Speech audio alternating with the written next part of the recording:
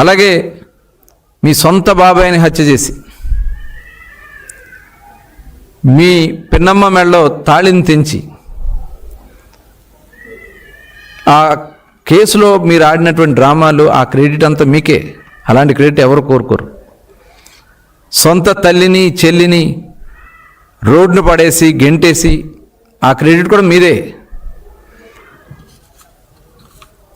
ప్రజలు ఇచ్చినటువంటి అధికారాన్ని సొంత కేసుల కోసం, అక్రమాస్తులు కాపాడుకోవడం కోసం మీరు చేసినటువంటి ప్రయత్నం, మద్యం కుంభకోణం, ప్రజల జీవితాలతో ఆడుకుని మీ స్వార్థం కోసం ఇవాళ భారతదేశంలోనే అతిపెద్ద స్కామ్ 3,500 కోట్ల రూపాయల స్కామ్ని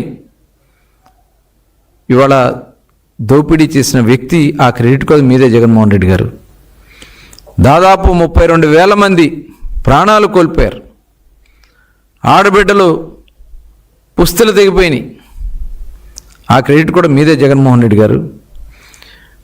అలాగే ల్యాండు, శాండు, మైను, వైను, అలాగే గాంజా ఈ రాష్ట్రంలో విచ్చలవిడిగా ఈ రాష్ట్ర యువతని ఉద్యోగాలు లేకుండా చేయడం కాకుండా చివరికి ఒక మత్తుకు బానిసలు చేసినటువంటి ఆ గొప్ప క్రెడిట్ కూడా అయ్యా జగన్మోహన్ రెడ్డి గారు మీదే.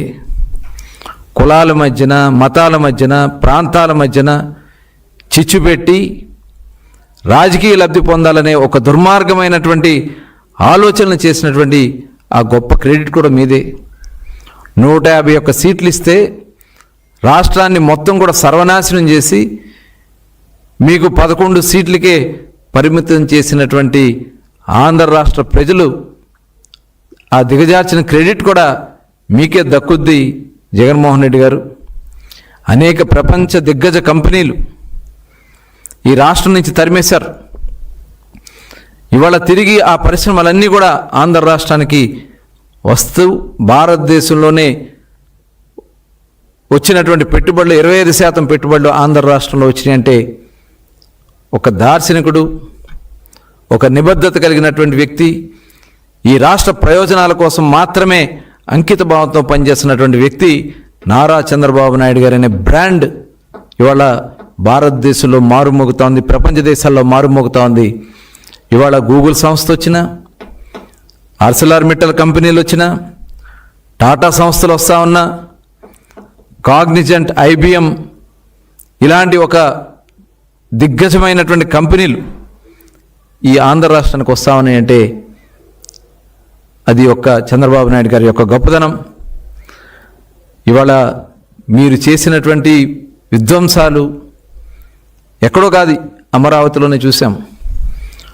5 సంవత్సరాలు 3 రాజధానుల పేరుతో రోడ్లు తవ్వేసి వేసినటువంటి బిల్డింగ్లన్నీ మరి బూత్ బంగ్లాలాగా చేయాలని మీరు చేసినటువంటి ప్రయత్నం. మీ నాయకులు ఒకరు మాట్లాడతారు, అది శ్మశానం అని చెప్పి ఒక మాట మాట్లాడిచ్చారు. ఎవరున్నారు అక్కడని మాట్లాడిచ్చారు. ఇవాళ వచ్చి చూడండి, వెలిగిపోతా ఉంది అమరావతి. ఆంధ్ర రాష్ట్ర ప్రజల ఆకాంక్ష ఇవాళ ఆ స్వప్నాన్ని నిజం చేయటం కాకుండా శాశ్వతం చేయటం కోసం ఇవాళ అసెంబ్లీలో తీర్మానం చేసి ఇవాళ కేంద్రాన్ని పంపించి కేంద్రం పార్లమెంట్లో కూడా బిల్లుని పెట్టి శాశ్వత రాజధాని అమరావతి ఆంధ్ర రాష్ట్రానికి అని చేస్తున్నటువంటి ఘనత గౌరవ ముఖ్యమంత్రి చంద్రబాబు నాయుడు గారిది, ఉప ముఖ్యమంత్రి పవన్ కళ్యాణ్ గారిది, అలాగే యువ నాయకుడు నారా లోకేష్ గారి కృషి ఇవన్నీ కూడా ఆంధ్ర రాష్ట్రానికి ఒక వెలుగును తీసుకొస్తా ఉన్నాయి. ఇవాళ మొన్న జరిగినటువంటి ఆ తీర్మానం